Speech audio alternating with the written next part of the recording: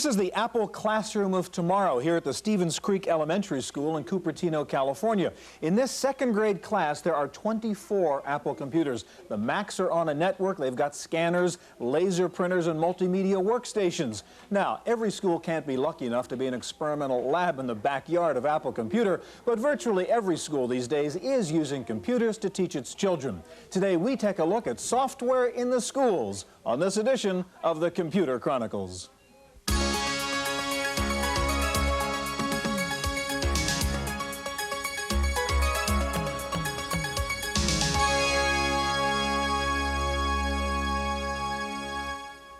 Computer Chronicles is made possible in part by Central Point Software, suppliers of utilities software, including disk backup, data recovery, file and desktop management, and virus protection. Central Point Software, making computing safer, simpler, faster. Additional funding is provided by the Software Publishers Association, which reminds you it's a federal offense to copy software, and by PC Connection and Mac Connection, and by Byte Magazine and Bix.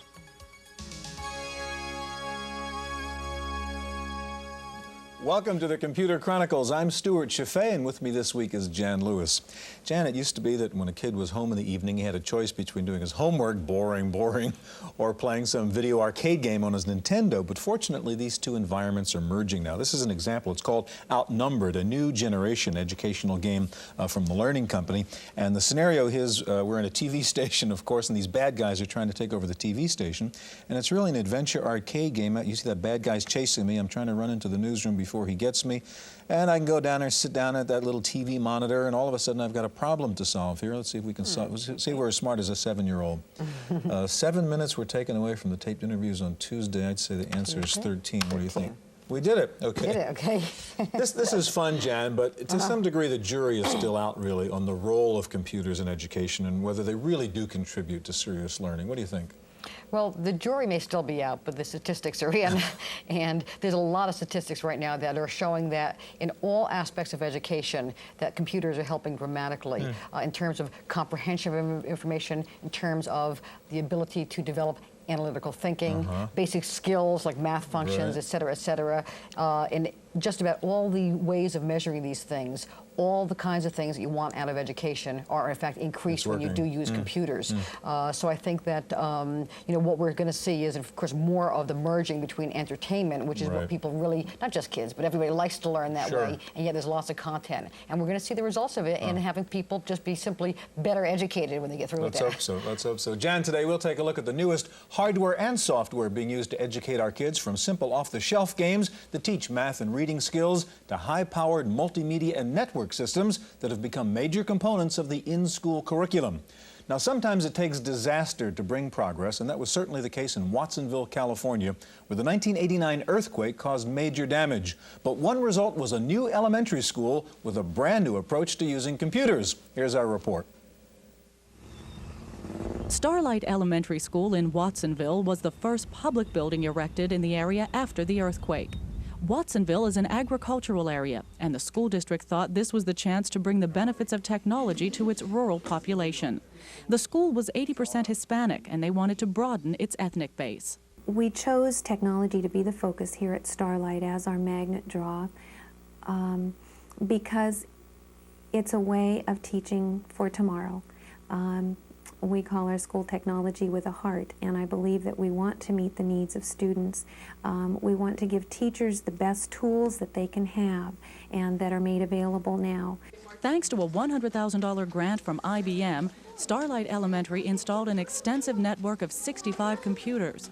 The school is also using IBM educational software to teach reading and writing in both English and Spanish. We chose IBM for the look of the station, the fact that it's very easy, it's all contained in one unit with the monitor and the computer itself. We really wanted the graphics of the IBM, and since we knew that we would be a networked school, we had heard, and now we are coming to find out, that the networking using the IBM is extremely fast. The computer system at Starlight includes multimedia workstations hooked up to CD-ROM drives and Laserdisc video players. The attraction of the technology is exactly what the school administrators wanted. Starlight Elementary has drawn in new students from the more affluent areas of Watsonville, and the computers now offer not only a multimedia environment, but also a multiracial one. For the Computer Chronicles, I'm Maria Gabriel.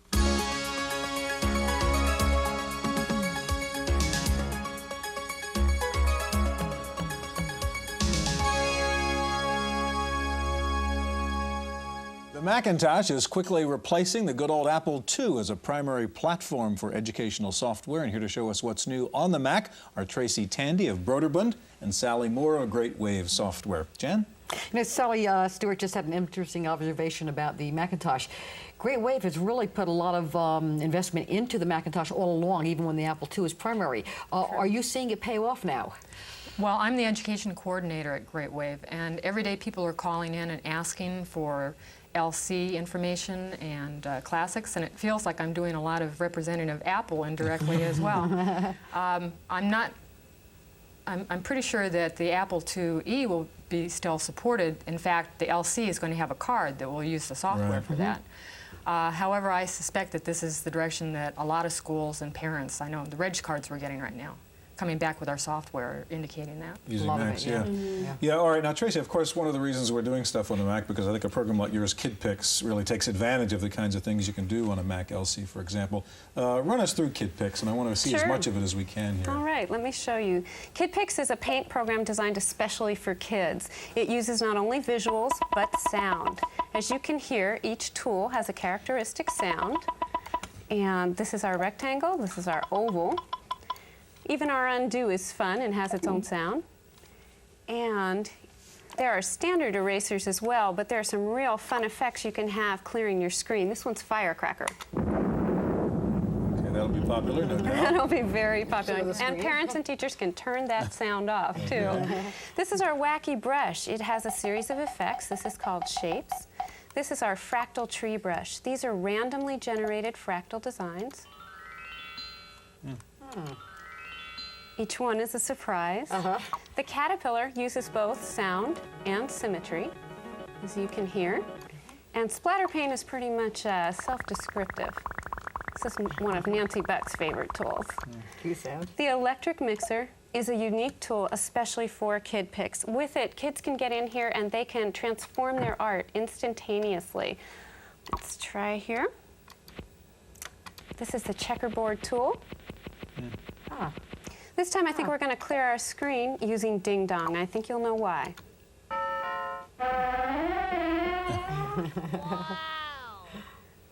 One of the very special features of KidPix is its talking alphabet. O, P, Q. The program ships with both a Spanish-speaking and an English-speaking alphabet, as you can hear. Now, children can come in here. They can not only identify individual letters, but they can come in and they can create whole words. We can stamp out a word. U. So this is a great learning tool, and we're finding that kids love it. And the next tool, the rubber stamp tool, allows children to come in. Now, a lot of children, very young children, this program works for kids as young as 3 years old. They can come in here, they can stamp right here in 2 or 3 sizes. I can create a whole art collage, a whole world with this ready-made art. I'm going to choose a little bluebird and put him up here on my cup.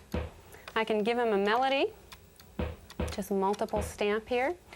And it also has a wonderful way of moving things on the screen.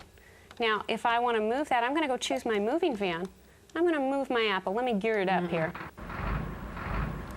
And we'll put that right there.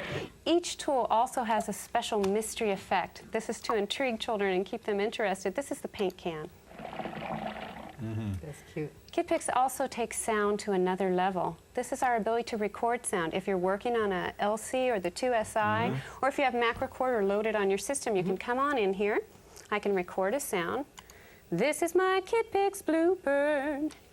We'll save that with our art, and when we play that artwork back, it's going to sound like this. This is my KidPix Bluebird. That's pretty neat. Yeah. I want to ask you to get, excuse me, once I get out of KidPix, will you, so we can get to Sally in just a Sure. minute so we can I'll take a do look that. at the Great Wave stuff. I'm sorry, John, go ahead. Can the kids add their own stamps? You had a number of predefined artwork. They can edit stamps. There will be other stamps available eventually. There's over 100 in the program, so they can't necessarily add their own stamps right now, but they can't edit them. Yeah. All right, Sally, you have two things you want to show us from Great Wave, number maze and reading maze. And I guess we have number maze up first. How does this work? Actually, this is number maze, decimals, and fractions. We do have a version called number maze that precedes this. And this program is designed basically for ages 8 through 15, and it has adult remediation, and I can guarantee it does remediate many of us. What we have here is a fairly difficult maze. It has a whole range of difficulties, and you can either change them here, or as you are successful getting to that house that you see there, it will increase in difficulty. And what happens is, as a visual reward, the attic will open up and give different visual and auditory. Okay. The other thing you can see here is it does keep statistics and progress. You can keep those for up to 50 students per file, with many files on one disk. I'm not sure I understand what's going on here. Where do the math problems come up here as you play the maze? Okay, that's what I'm going to show you. Okay, this part behind the scenes is where I've set this particular student. 3rd through 8th grade, plus the adult portion. This particular student's on 3rd grade, introducing fractions on a practice level. You also have mastery and review levels. Here's my little cursor, and it does change.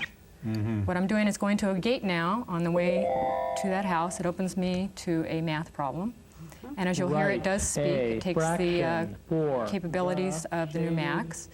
And you can re-record this using the LC or the 2SI or using a Mac recorder. So if you had bilingual students or the students felt comfortable with the parents or the teacher's voice. Now what I'm going to do, this is a very simple math level I have here. I can either drag, or I can click, or I can use the keyboard, so it gives me a whole range of different skills. You got that one right. Yeah, good thing. All right, it would give me up to 4 questions then, and it would eventually open up this gate. I'm going to stop, though, and go up and leave the door. Yeah, it Sally, will do that automatically. I want to make sure we have time for reading maze. We only have a minute left, so could you show us that? Okay. This one's reading maze. It's also a maze configuration. This is a very simple one. You'll see the students up here again. And what I would be doing is going into another room looking for the items that you see there. So it was kind of a learning adventure game here, huh? Yeah, it's a language arts for ages 3 through 8. And I found one of those. I select the tool, and it opens me to a problem screen, very hard one, or I can go to a more simple one, which would be word recognition. And what I would do here, as an example, is select the right one. It would then take me back to the maze. The maze gets increasingly difficult with magic tools and other items.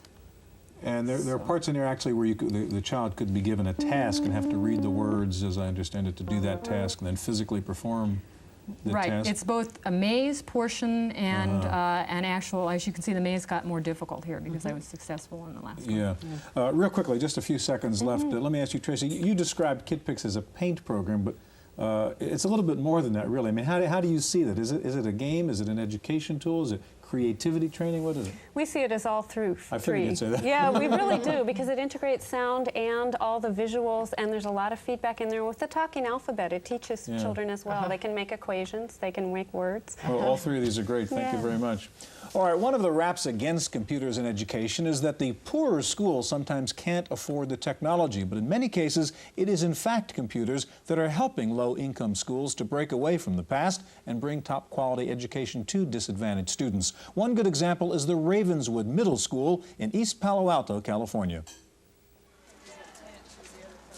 Ravenswood Middle School sits just across the freeway from the affluent neighborhood of Palo Alto, home of Stanford University.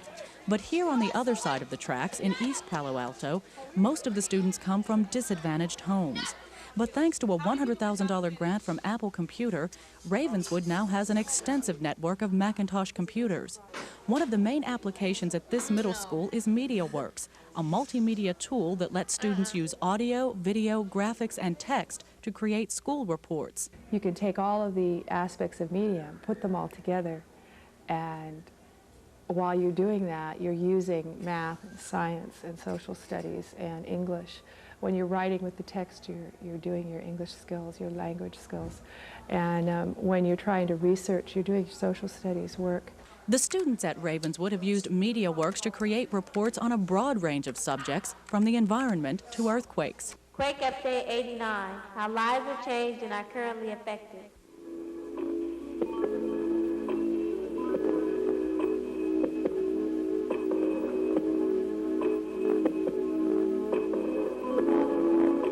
Teachers here say that while the computers play an important role in helping the students learn about particular subjects, the most important contribution of the computers is that they get the students interested in learning. We have some kids who probably wouldn't have opened a book on a subject this year had it not been by the encouragement of the technology and knowing that they would be able, if they did this, they would be able to use the computers, they'd be able to use the video cameras. For the Computer Chronicles, I'm Maria Gabriel.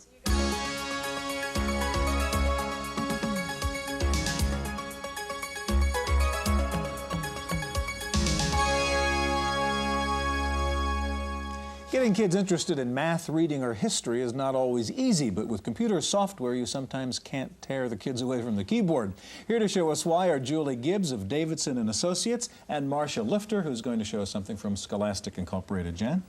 Marcia, one thing I'm sort of curious about with some of the packages we've seen and we're going to see, are these packages being bought by the school for the kids to use? Are they being bought at home for the kids to use? Or are they sort of a research facility that kids are doing on their own? Well, there are different kinds of packages. Some of these come out in a consumer edition, and that's for sale for the home computer. And then some come out in school editions, and you'll get 2 discs in the school edition. You get your backup with it. And then there are lab packs where you get 5 for a school, or you can have custom lab packs. And then some schools are buying site licenses, and the districts are buying district licenses. So it's covering all those areas, really. Yes. Julie, let's turn to you, and you've got 2 things you want to show us. Let's start with the Macintosh, and Math Blaster's been a pretty popular series. I know you have one called Math Blaster Mystery now. First of all, what level is it aimed at, and then show us how it works. Well, this program takes on where Math Blaster takes off. I see. And that is Math Blaster's for grades 1 through 6. This program is for grades 5 through 12. It has 4 levels in the program, and this activity is called Weigh the Evidence. The idea behind Weigh the Evidence is to reach this target number. In this case, it's 61. And we have a certain number of moves in which we need to reach that number. Under our help screen here, we can see that goal. The minimum number of moves here is 7. Also, under our pull-down screen, we can get a hint, which tells us to mark the weight that doesn't belong. So in this problem-solving game, we're also learning strategies for solving the problem. So the first thing I need to do is to determine which 3 weights I need to add to get to 61. So I'll mark the 53 because that's the one that doesn't belong. Now I need to move the weights over onto these 2 scales. What I can't do, though, is move a higher number onto a lower number. Right. So I'll move my 11 back over here, move my 27, make room for my 23. This is clearly My not 2 11. plus 4 equals question mark, is it? And I think I've got it. Right. You did 7 moves, exactly. And I got 7 moves, so I got my 100 points. That's very interesting. I want to ask you to move over now to the other one you have up on our MyTac machine here, which is Spellosaurus. Again, who's it aimed at and how does it work? This program is a spelling program, and it's designed for children in grades 1 through 6. Okay. It has 5 activities, including the Dino lists, in which you can put in your own spelling lists. The program does include spelling lists up to grade 8, and they have about 200 words in each list. What I'll go through and show you first is the Terra Tutor activity, and we'll select our list, 3rd grade, and meet Professor Terra. Listen. You will see and hear the word to get you started. Then it's Now, your turn Professor to spell Terra the will word. show us the word, Press return we'll hear when the you are word, finished. and he'll also show us how it's spelled, and then we will have the opportunity to spell the word ourselves. Good. B I L L. Good. Spell. Good. Now I'll go ahead and spell it. Stupendous. Get some positive reinforcement from Professor Terra. Now, if by chance we spell the word incorrectly, Professor Terra will give us some hints on how to spell it correctly. Let's try that word again. Some of the letters. And we'll have you 4 typed chances were to spell not that word correct. correctly, and then he'll show us the word. Julie, is there evidence this stuff works? I mean, do we know that computer software can teach using this approach? You know, we get letters all the time from our customers who tell us how the grades of their children, or from educators, their students, how their grades have improved. We hear that all the time. All right, Marcia, let's turn to you. And you have, again, we were talking before when Jan asked you about really software at the resource level. It might be in a school library. This is called Point of View, and show it to us. This is Point of View by Scholastic. It's a history processor. I'm going to click over here and watch how the icons move. If I have a pull-down screen just like this, it gives me just a short piece of text. When it has a drop shadow, and notice how we turn to a cross. Now, behind Jim Crow laws were more linkage of material. Okay, hold on one second. Now, at the bottom, what we have here is a timeline, basically. This is the and you can just timeline. slide the cursor along to pick a time in U.S. I history. can move it. Now, notice what happens to the icons on the screen. They change. But Okay. I need to know what else is happening during the time of the Jim Crow laws. So I'm going to close this. I'm going to go up to Explore, and I'm going to ask for a map. I want to know about the black population of that time. So it's going to give me a map based on 20 years of census materials. I'm asking for black population, United States, and now we'll see coming onto the screen a map giving me pictorial representation. All of this can be printed out for the teacher's use. It can be put into a report authored on this program for the student. Now I go to Explore, pull down Chart, because I want to see this map in a chart form. Again, it's going to be a column chart. I'm going to bring the map forward, and I'm just going to move over a couple states. Let's move over a northern state. Just simply move it over. It turns into chart form, and let's move Texas automatically over. making a bar graph out of those It's an three states. excellent bar graph. As Let's you move drag it in the states front. over, okay. And now we can see, we can do a compare and contrast on the black population. Now, as I move along the bottom, the timeline, notice how the icons are changing. So you're advancing in time, and the chart is changing accordingly along to with what it. year we're looking at. And the map. Sure, and the And the map Yes, is changing yes. too. Now, we can author in Oh, this, we boy. can print out, we can hook to a video, we can control a video using Point of View on the Macintosh. I'm going to close this. And it's asking me, do you want to save this for a report you're doing? No, I'm not writing a report But you right could have now. printed it out and put it in your paper I that you were certainly doing could for have printed it class. out, Yeah, and I okay. could make it as large as the screen. And now I'm going to click on Kennedy, and we'll see some materials from then. Fellow Americans, ask not what your country can do for you. Ask what you can do for your country. So you've got a series of sound clips built in. There are some built in sound also. clips, and the fact that you can hook up to your own video, to your favorite Laserdisc, really helps this be a full program.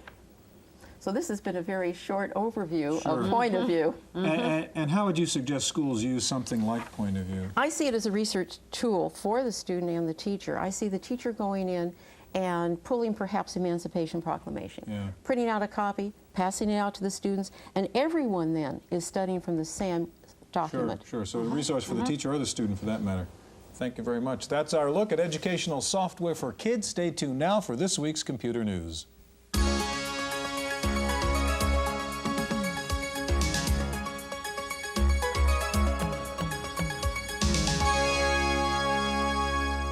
In the random access file this week, Toshiba is shipping the first laptop portable computer to offer full-color VGA using active matrix display technology. The T3200 SXC color laptop uses thin-film transistor and liquid crystal display technology. The Toshiba screen can display 256 simultaneous colors. The 3200 SXC weighs a hefty 17 pounds, and the price is up there too at about $9,000. Microsoft and Silicon Graphics are joining forces to develop three-dimensional graphics technology for personal computers. Microsoft will integrate Silicon Graphics' Iris Graphics library technology with Microsoft systems and application software. The Iris Graphics library provides tools to let users manipulate color images in 3D space. Commodore says it's now shipping CD-TV, its long-awaited interactive home entertainment and education system. The company says its CD-TV interactive multimedia system combines the features of computers, video game machines, and compact disc music players. It is meant to be used in conjunction with an ordinary TV set. It will sell for less than $1,000.